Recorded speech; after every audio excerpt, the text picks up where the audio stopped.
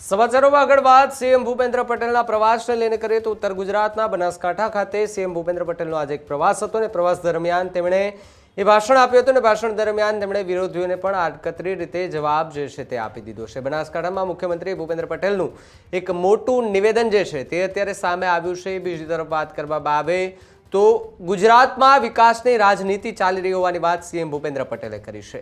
દેશ અને દુનિયામાં ભારતનો ડંકો વાગી રહ્યો હોવાની વાત સીએમ ભૂપેન્દ્ર પટેલે કરી છે। સાથે જ વાત કરવામાં આવે તો કોઈ પોલિટિકલ સ્ટેટમેન્ટ આપે તો પણ એનાથી કંઈ ફરક પડવાનો નથી તેવી વાત ભૂપેન્દ્ર પટેલ દ્વારા કરવામાં આવી। બિહારનું પરિણામ એ વિકાસનું પરિણામ છે।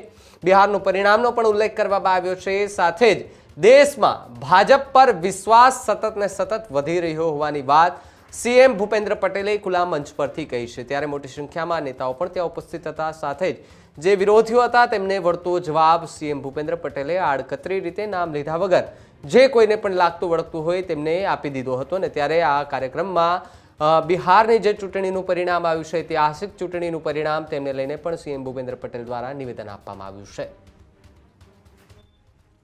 વિકાસની રાજનીતિ અને વિકાસની રાજનીતિ આપણને બધાને ખબર છે કે કોઈ પહેલા વિકાસનું વ નતા બોલતા। માન્ય વડાપ્રધાન શ્રીના આયા પછી આપણને એમ લાગે કે ખરેખર પ્રજાલક્ષી વિકાસના કામો લોકો સુધી બાકી જાહેરાતો થાય ને પૂરું ના થાય। જુઓ તો 25 વર્ષે એઝ પડ્યું અને 50 વર્ષે પડી રહેલી વસ્તુઓ છે। એમાં આપણે આ નર્મદા આવી જાય।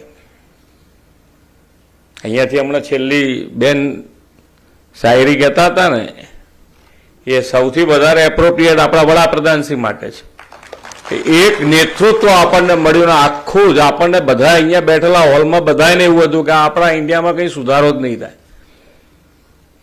આપણે ક્યાંય નહીં આપણે આની અંદર બધાના મોહેથી એક વખત નીકળ્યું હશે પણ એક નેતૃત્વ આપણને મળ્યું અને આજે જુઓ દેશ અને દુનિયામાં ભારતનો ડંકો છે। પોલિટિકલ ગમે તે સ્ટેટમેન્ટ કરે તો એનાથી કંઈ ફેર નથી પડે એવો હવે। એનું કારણ છે કે ભાઈ આજે હું એમ કહું કે ભાઈ સાકળ ગળી છે એમ કીધા રાખું તો તમે ના ચાખી હોય ત્યાં સુધી તમને એમ થાય કે આ ખરેખર સાચી વાત છે કે ખોટી। પણ માનનીય વડાપ્રધાનશ્રીએ ભાજપ રૂપી સાંકળ દરેકના મોંમાં ચખાડી છે। બધાને ખબર છે કે આ ગળી છે ને ગળી છે। એટલે દરેકે દરેક યોજના સરકારી જેટલી પણ યોજના બનાવી છે એ બધી યોજના તમારા સુધી પહોંચાડી છે, એનો લાભ તમને મળ્યો છે અને એટલે આજે બધાનો વિશ્વાસ વધતો ગયો। નહીતર બિહારમાં આવું પરિણામ આવે તો બિહારને ખબર પડી ગઈ કે આમાં બીજામાં કશામાં મજા નથી, જે મજા આની અહીંયા છે।